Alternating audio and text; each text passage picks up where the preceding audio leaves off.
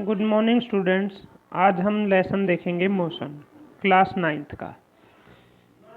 इस लेसन के अंदर हमारा अगर हम फ़्लो की बात करते हैं तो ये फ़्लो रहेगा इस वीडियो के अंदर।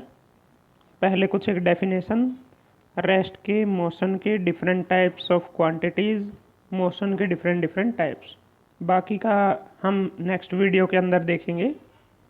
सबसे पहले बात करते हैं रेफरेंस पॉइंट की।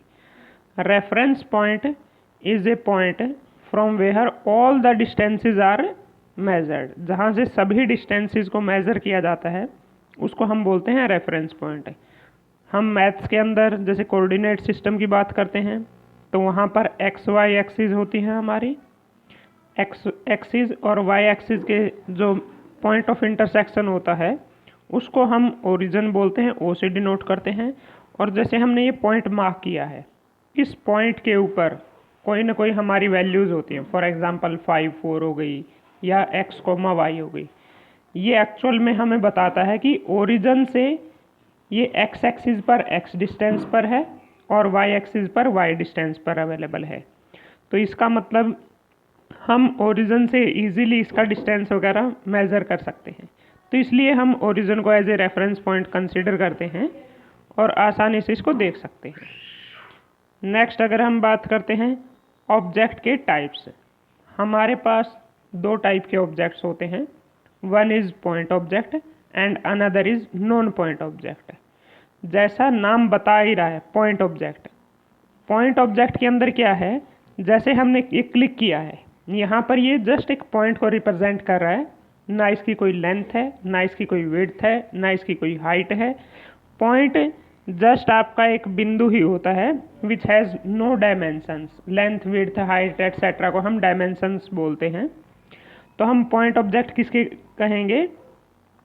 ए object is called point object if it has mass but infinitely small in size. ये मास तो है इसमें, क्योंकि कोई भी चीज़ एग्जिस्ट करेगी तो ऑब्वियस सी बात है मास तो उसमें होगा, लेकिन जो साइज़ है वो बहुत ज़्यादा छोटा है। या फिर हम कह सकते हैं a object which has no dimensions, जिसके कोई भी डायमेंशन नहीं है, उसको हम बोलते हैं पॉइंट ऑब्जेक्ट। या इसी चीज़ को हम कह सकते हैं, अगर कोई ऑब्जेक्ट बहुत ज़्यादा ट्रैवल करता है, very large distance as compare to its size, उसके साइज़ के कंपैरिजन में बहुत ज़्यादा डिस्टेंस ट्रैवल करता है, तो उसको भी हम पॉइंट ऑब्जेक्ट कंसीडर कर सकते हैं। फॉर एग्ज़ाम्पल हम ट्रेन से जाते हैं, बस से जाते हैं, अगर हम बहुत ज़्यादा डिस्टेंस ट्रैवल करते हैं तो वो ट्रेन या बस उस डिस्टेंस ट्रैवल के कंपैरिजन में बहुत छोटी होंगी, नेग्लिजिबल होंगी। इसका बहुत अच्छा एग्जांपल हम यूनिवर्स के अंदर कंसीडर कर सकते हैं।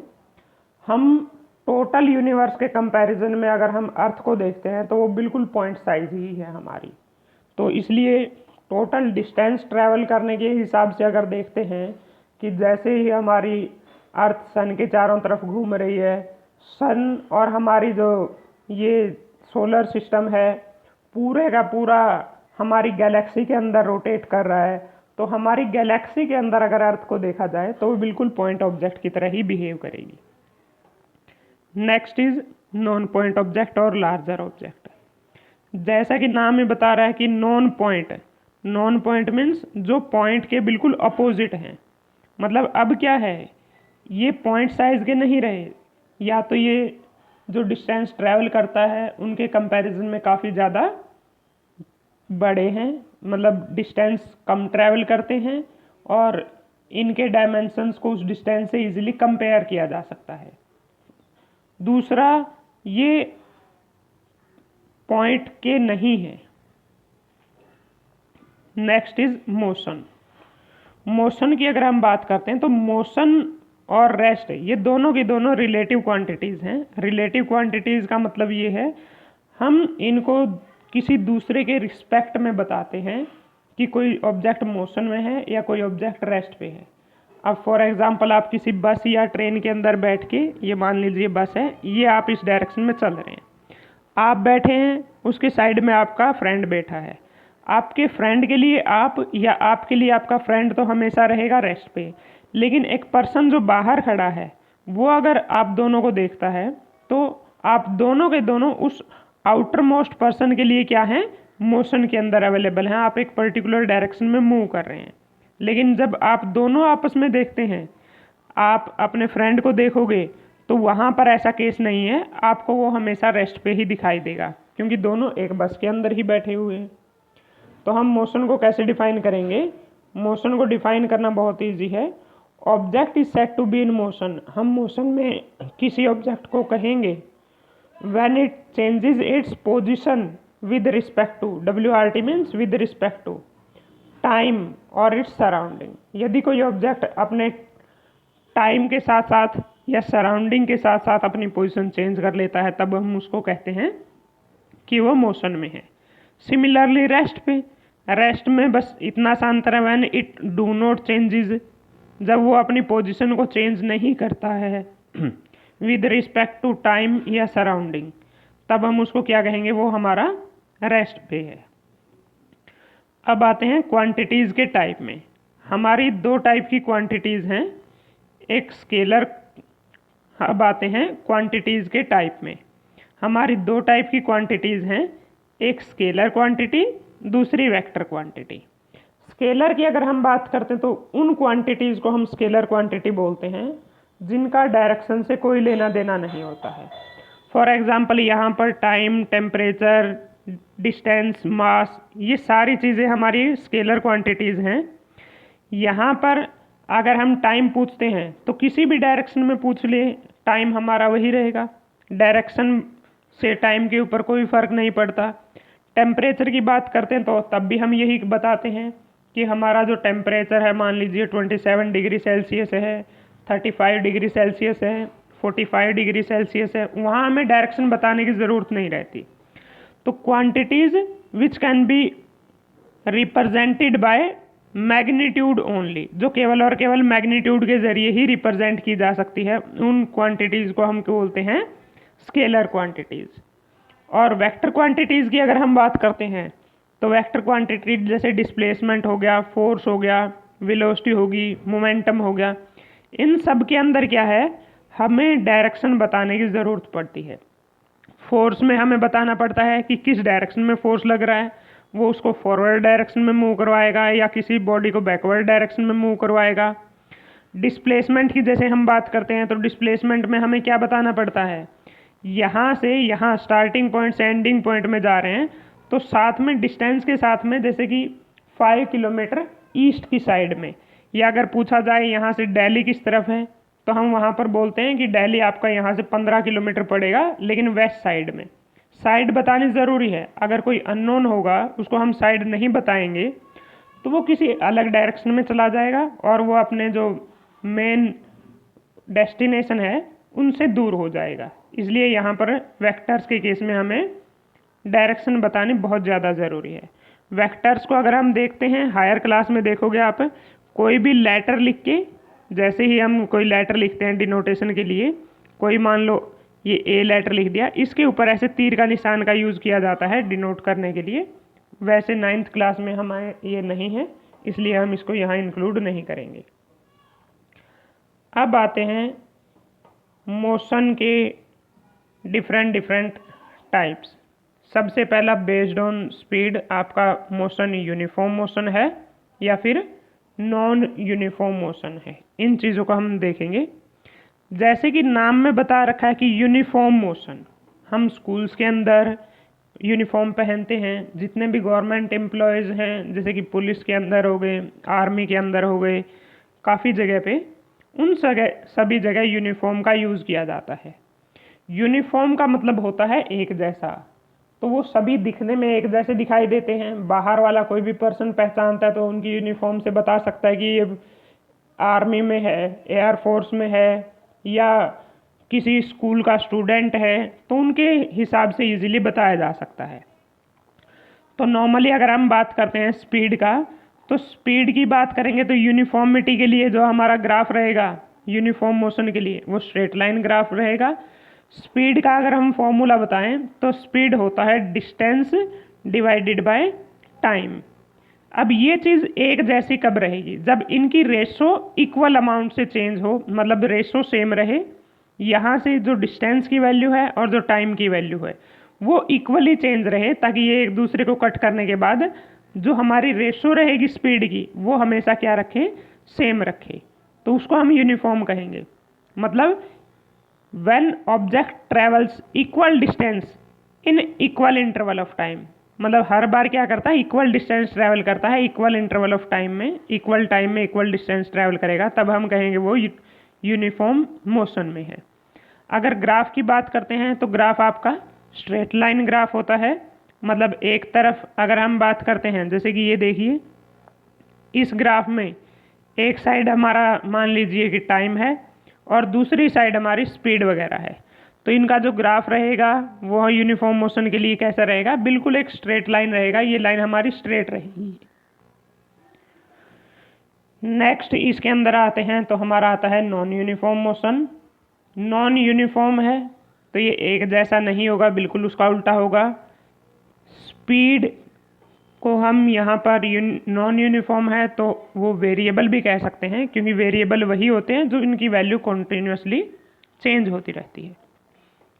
तो इनमें से जो हमारी रेशो थी कि हमारा जो डिस्टेंस डिवाइडेड बाय टाइम था ये स्पीड के इक्वल था। अब ये यूनिफॉर्म कब नहीं रहेगी, या तो ऊपर वाली वैल्यू चेंज हो जाए या नीचे वाली, दोनों में से कोई सी एक वैल्यू चेंज हो जाए तो ये हमारे क्या रहेंगे, नॉन यूनिफॉर्म हो जाएंगे। For example when it travels unequal distance, unequal distance travel करता है इक्वल टाइम में।